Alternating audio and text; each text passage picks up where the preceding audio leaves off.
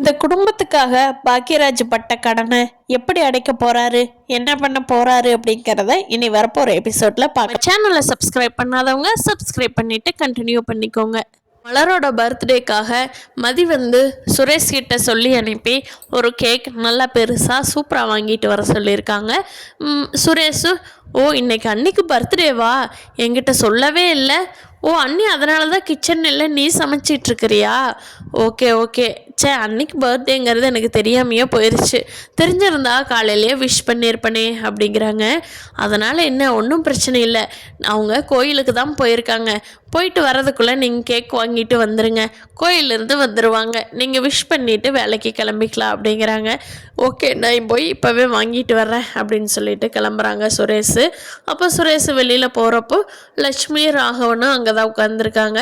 லக்ஷ்மி கேட்குறாங்க, என்னடா சுரேஷ் இன்னைக்கு எதுவும் வேலை இல்லையா? கலர் ட்ரெஸ்லேயே இப்போவே வெளியில் கிளம்பிட்டு அவசரமா அப்படின்னு கேட்குறாங்க. அதுக்கு சுரேஷ் சொல்கிறாரு, இல்லைம்மா இன்னைக்கு அண்ணியோட பர்த்டேவாம்மா, நான் போய் கேக் வாங்கிட்டு வர்றேன் அப்படின்னு சொல்கிறாங்க. கேக்கா?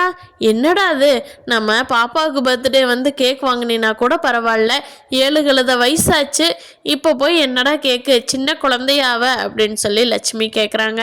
இப்போ ராகவனும் கூடவே சொல்கிறாரு, ஆமாம் இந்த வீட்டில் காசை கரியாக்கிறதுல எப்படி எப்படி யார் யார் என்னென்ன பண்ண முடியுமோ அப்படியெல்லாம் பண்ணுறாங்க இந்த காலத்தில்.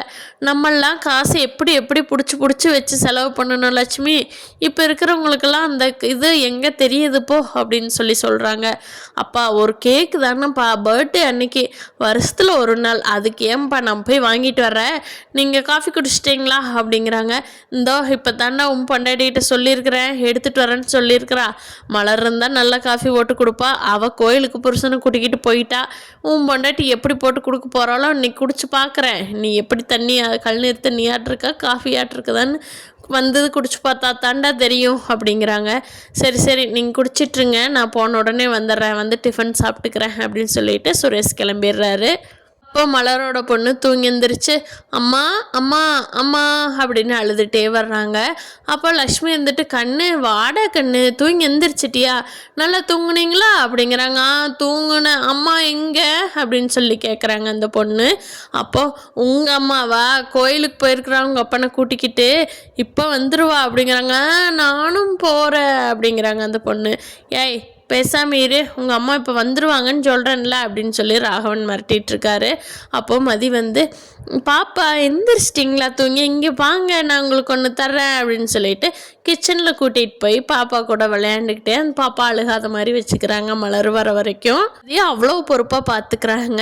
அப்போ லக்ஷ்மி எட்டி பார்த்துட்டு, பரவாயில்லையே இவ குழந்தையோடவெல்லாம் பொறுப்பாக தான் இருக்கா, நம்ம கூட தான் இப்படி கற்றுனாலும் குழந்தைங்களையெல்லாம் நல்லா தான் பார்த்துக்கிறா அப்படின்னு எட்டி பார்த்துட்டு நினச்சிட்டு காஃபி எடுத்துகிட்டு போய் குடிக்கிறாங்க. காஃபி போட்டாச்சா அப்படிங்கிறாங்க. இந்தா போட்டு வச்சுட்டு, அதுக்குள்ளே பாப்பா இருந்ததுனால உங்களுக்கு எடுத்துகிட்டு வரல, இந்தாங்க அப்படின்னு சொல்லி மதி கொடுக்குறாங்க. லக்ஷ்மி வாங்கிட்டு போய் ராகவனும் லக்ஷ்மி குடிச்சு முடிச்சிடுறாங்க. சுரேஷ் உள்ள கேக் எடுத்து முன்னாடி ஹால்லேயே வச்சிட்றாரு. அப்போ மலரும் பாக்யராஜும் கோயிலுக்கு போயிட்டு திருப்பி வந்துடுறாங்க. பாக்யராஜ் சொல்கிறாங்க, மலர் நல்லா சாமி கும்பிட்டியா, உனக்கு ஏதாவது வேணுமா அப்படின்னு வீட்டுக்கு வர வழியில் கேட்கவும் மலர், இல்லைங்க நைட் ரைடு என்னை கூட்டிகிட்டு போவீங்கள்ல, அப்போ நான் கேட்குறதெல்லாம் வாங்கி கொடுங்க, இப்போ வீட்டுக்கு போகலாங்க. பாவம் மதி சாப்பாடெல்லாம் என்ன பண்ணினாலோ எப்படி ஒருத்தையும் கஷ்டப்பட்டாலோ தெரியல, போய் பார்க்கலாம் அப்படின்னு சொல்லியிருக்காங்க.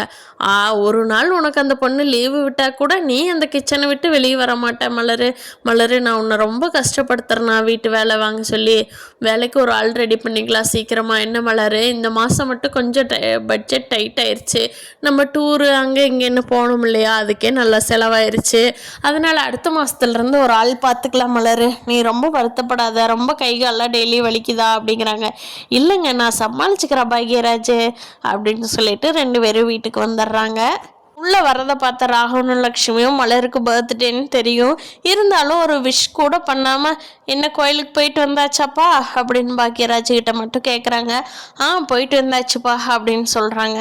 இன்றைக்கி மலருக்கு பிறந்த நாள், அதனால தான் கோயிலுக்கு போனோம் அப்படின்னு பாக்யராஜ் லக்ஷ்மிகிட்டையும் ராகவன்கிட்டையும் சொல்கிறாங்க. அதுக்காக ஓ அப்படின்னு சொல்லிக்கிறாரு ராகவன். ஒரு விஷ் கூட பண்ணலை மலருக்கு. மலர் வேகமாக அவங்க சொல்லுவாங்களான்னு சைடில் பார்த்துட்டு மலர் வேகமாக கிச்சனுக்குள்ளே போயிட்டாங்க. மதி என்ன பண்ணுறான்னு சொல்லி பார்க்குறக்காக, அக்கா கோயிலுக்கு போயிட்டு வந்துட்டிங்களா அப்படின்னு சொல்லி மதி கேட்குறாங்க. கேட்குறாங்க. மதி போயிட்டு வந்தாச்சு. ஓ பாப்பு எந்திரிச்சாச்சா, என்ன பண்ணிட்டு இருக்கீங்க அப்படின்னு பாப்பாவை பார்த்துட்டு, என்ன மதி சமையல்லாம் முடிச்சாச்சா, உனக்கு ரொம்ப சிரமம் போயிருச்சா இன்னைக்கு அப்படிங்கிறாங்க.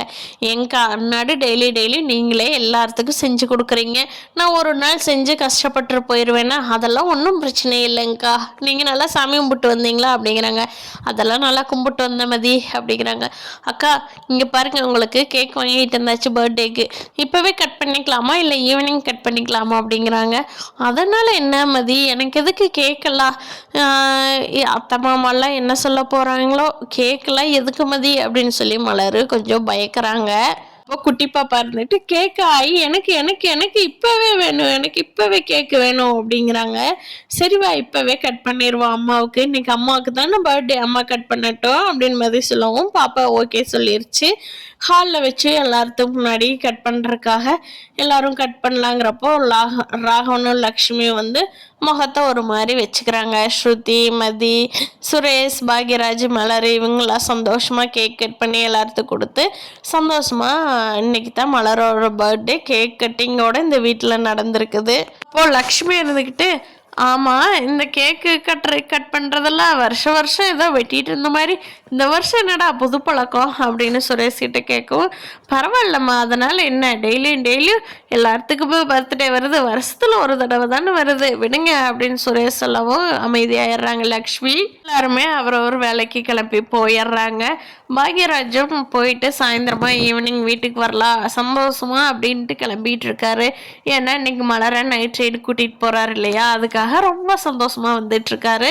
அப்போது பாக்யராஜ் வந்து ஒருத்தர்கிட்ட போய் ஃபைனான்ஸ் வாங்கியிருந்தார் இல்லையா சுரேஷோட கல்யாணத்துக்கு, இந்த லோன் எதுவும் இல்லாமல் தனியாக ஒருத்தர்கிட்ட ஃபினான்ஸ் வாங்கியிருந்தார் இல்லையா, அந்த ஃபினான்ஸுக்கு இந்த மாதம் வந்து பாக்யராஜ் இன்ட்ரெஸ்ட் கட்டலை. ஏன்னா எல்லாத்துக்கும் டூரு, வெளியில் அந்த பார்க்கு அப்படி இப்படின்னு போனதுனால அவருக்கு பயங்கரமாக செலவானதுனால இன்ட்ரெஸ்ட் மறந்துட்டாரு, கட்டுறதுக்கு காசும் அவர்கிட்ட இல்லை. அந்த பணம் கொடுத்தவங்க வந்து வேகமாக பாக்யராஜை பார்க்க வந்துட்டு என்ன பாக்யராஜ் அமௌண்ட்டே கட்டலை, வட்டி கட்டவே இல்லையப்பா என்னாச்சு அப்படிங்கிறாங்க. அது வந்து சாரி சார், இந்த மாதம் கொஞ்சம் செலவு அதிகமாகிடுச்சு, என்னால் கட்ட முடியல அப்படிங்கிறாங்க. என்னப்பா ஒழுக்கமான பையன் தானே சொல்லி காசு கொடுத்தேன், இப்படி கட்டாமல் இருந்தால் என்னப்பா பண்ணுறது அப்படிங்கிறாங்க.